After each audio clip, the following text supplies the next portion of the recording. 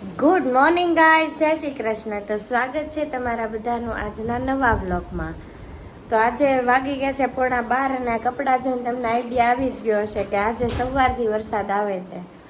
તો આજે છે ને લગભગ છે ને 9 વાગ્યાનો 9 તો નહીં પણ 9:30નો વરસાદ ચાલુ થઈ ગયો છે. હજી સુધી એક ધારો વરસાદ આવે છે. તમને અહીંયા દેખાતું જ હશે બારીમાંથી, જુઓ એક ધારો વરસાદ ચાલુ છે અને આમનામ જ આવે છે અને એકદમ ઠંડુ વાતાવરણ થઈ ગયું છે અને બસ બહુ મજા આવે છે કેમ કે ગરમી નથી થતી બિલકુલ. આજે જાદવ બાબાની મોજડી ચાલે છે, કોમેડી ચાલે છે અને બસ જો મજા કરીએ છીએ. અને અહીંયા રસોઈ ચાલે છે, મારી મમ્મી જો દાળ ભાત બનાવે છે અને હમણાં રોટલી હું બનાવી નાખીશ કેમ કે આજ રોટલી તો થોડીક જ હશે કેમ કે ભાત છે ને એટલે એવું છે.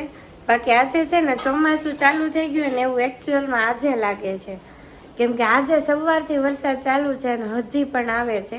હવે જોઈએ સાંજ સુધી આવે છે કે બપોરે પાછો તડકો આવી જાય કેમ કે આનું કાંઈ નક્કી નથી કેમ કે આ મોસમનું કાંઈ નક્કી જ નથી ક્યારે તડકો આવે ને ક્યારે વરસાદ આવે.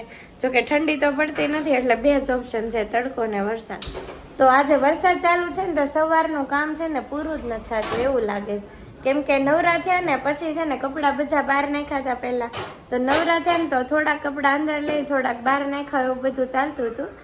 જેમ જેમ કપડાં પલળતા છે ને એમ બધા લઈ લીધા પણ હવે છે ને બધા લઈ લીધા છે કેમ કે હવે છે ને આજે વરસાદ છે ને બંધ થવાનું નામ નથી લેતો. અને જો કે બંધ ન થાય તોય કાંઈ ને ભલે આવું નવું વાતાવરણ રહે, કપડાં ભલે ઘરમાં નાખવા પડે પણ છે ને ઠંડુ વાતાવરણ હોય ને તો બસ મજા આવે. તડકો હોય ને ગરમી હોય ને તો મજા જ નથી આવતી.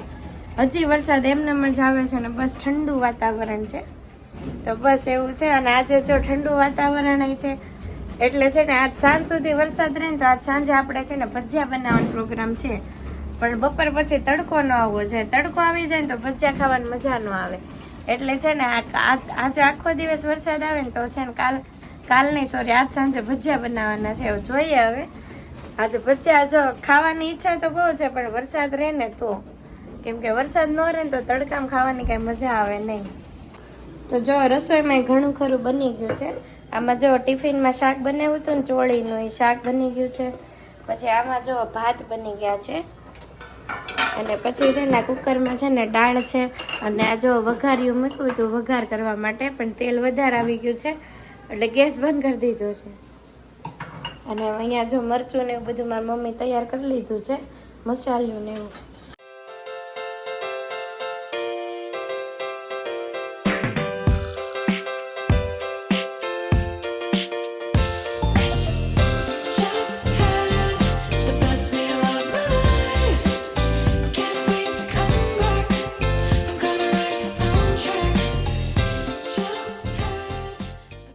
તો ગાઈસ 5:45 વાગવા આવ્યા છે જો અને આજે તો વરસાદ હજી બંધ નથી થયો. સવારે 9 વાગ્યાનો ચાલુ થઈ ગયો છે, હજી વરસાદ બંધ નથી થયો. જો હજી એક ધારો વરસાદ આવે જ છે એટલે આજે છે ને આપણે ભજીયા બનાવવાનો પ્રોગ્રામ ફાઇનલ થઈ ગયો છે કેમ કે બહુ દિવસથી આપણે કહીએ છીએ ને કે સાંજે વરસાદ આવે ને તો બનાવશું એમ પણ વરસાદ એવો હતો ને કે સાંજે આવે જ નહીં, દિવસે આવે નહીં, થોડીક વાર આવે અને પછી છે ને નકરો બફારો મૂકીને જતો રહે. પણ આજે તો છે ને બહુ જ વરસાદ આવ્યો, સવારનો આવે છે ને હજી આવે જ છે. જો કે અત્યારે ધીમો પડી ગયો છે પણ વરસાદ હજી આવે છે. તો થોડા કપડાં જો સુકાવાના બાકી છે, બાકી બધા કપડાં તો સુકાઈ ગયા છે, ઇસ્ત્રી થઈને મુકાઈ ગયા છે. હવે થોડાક જ કપડાં બાકી છે, બાકી બધા થઈ ગયા છે. હવે છે ને આ વરસાદ આવશે ને એટલે લેડીઝનો મેઇન પ્રોબ્લેમ હશે કે આ બધા કપડાને ક્યાં નાખવા એમ.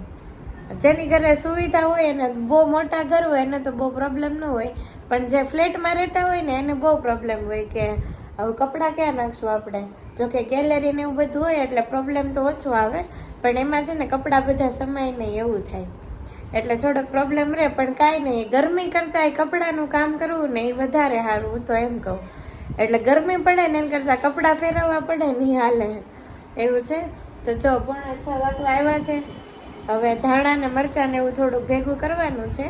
પહેલાં છે ને જ્યારે બધું હતું ને ત્યારે વરસાદ નહોતો અને આજે વરસાદ છે ને તો પછી બધું ઘરમાં છે ને એવું છે. આ કેવું હોય જો નાનપણ હોય ને ત્યારે શું કહેવાય આપણી પાસે પૈસા ન હોય ને સમય ન હોય, સોરી સમય તો હોય નાનપણમાં અને જુવાનીમાં શું થાય સમય ન હોય ને પૈસા ન હોય ત્યારે આપણી પાસે શક્તિ હોય, અને બુઢાપામાં શું હોય ત્યારે આપણી પાસે શક્તિ ન હોય. ત્યારે સમય હોય ને કદાચ પૈસા હોય કે, પણ ત્યારે આપણે કાંઈ કરી ન હોય. એવું છે આજે. તો જો હવે આટલું બધું એટલે મીન્સ કે ધાણા ને મરચાં ભેગું કરવાનું છે, બાકી બધું તો છે. તો એટલું ભેગું થઈ જાય ને પછી આપણે ભજીયા બનાવવાના છે. તો ગાઈઝ વાગી ગયા છે 7:45 અને અહીંયા જો રસોઈની બધી તૈયારી થઈ ગઈ છે.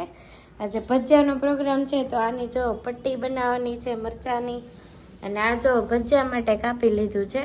આ મરચાં કાપી લીધા છે ને આ છે ને આદુ લસણ ક્રશ કરી લીધું છે, અને આ લીંબુ છે ને ભજીયામાં નાખવા માટે રાખ્યું છે, કે આમાં નાખ્યું હતું ને એટલે વધ્યું છે. અને આ જો રીંગ, મરચાંની રીંગ અને કાંદાના ભજીયા બનાવવાના છે. પહેલાં કડકડિયા ભજીયા બનાવે ને એ, તો એ કાપી લીધું છે. પછી આ મેથી છે અને આ ધાણા છે ને એટલા મરચાં હજી પડ્યા છે. તો આ ખબર નહીં આમાંથી ઘટે કે કાંઈ આમ તેમ લાગે ને તો આમાંથી કાપવાના. અને આજે છે ને મેથી બહુ ઓછી મળી છે અને ધાણા વધારે મળ્યા છે, તો આપણે મેથી ઓછી યુઝ કરવાની છે અને ધાણા વધારે નાખી દઈશું. તો જો બધું થઈ ગયું છે હવે રેડી. હવે આમાં ચણા લોટ નાખીને આપણે પટ્ટીનો મસાલો તૈયાર કરી લેવાનો છે, અને આમાંય તેને લોટ નાખીને તૈયાર કરી લેવાનો છે. ભજીયાનું છે ને આપણે અત્યારે તૈયાર નથી કરવાનું, કેમ કે ભજીયા છે ને જો દિવસભાઈ વહેલો આવી જશે ને તો એને બનાવવાના છે, ને નહીં આવે તો પછી આપણે કાંઈક કરશું આગળ, એવું છે. અને આજે મારી મમ્મીને છે ને સાવ નિરાશ છે. આજ મારી મમ્મીને ભજીયા છે ને એટલે તો આ બધું ખાલી કાપવાનું હતું, એ તો મેં નવનીકે થઈને કાપી નાખ્યું, એટલે એને ઊભું જ નથી થવું પડ્યું આજે. જોકે એમ ઊભું થવું પડ્યું કે એમ વરસાદના લીધે કપડાં આમ તેમ કરવાને ઇસ્ત્રીને એવું કામ હતું એટલે મારી મમ્મી ઊભી થઈ હતી. પણ અત્યારે તો ભજીયા છે એટલે મેં કીધું કે ખાલી કાપવાનું છે એટલે કાંઈ ઊભી નથી થઈ. હવે જોઈએ આગળ ભજીયા કોણ બનાવે છે એ. અને આ બધું આટલું તો રેડી થઈ ગયું છે અને થઈ ગયા છે 7:45. તો થોડીક વાર સુધી આપણે ભાઈની વાટ જોવાની છે, અને જો એ ન આવે તો પછી આપણે આપણું રૂટીન કામ ચાલુ કરી દેવાનું છે.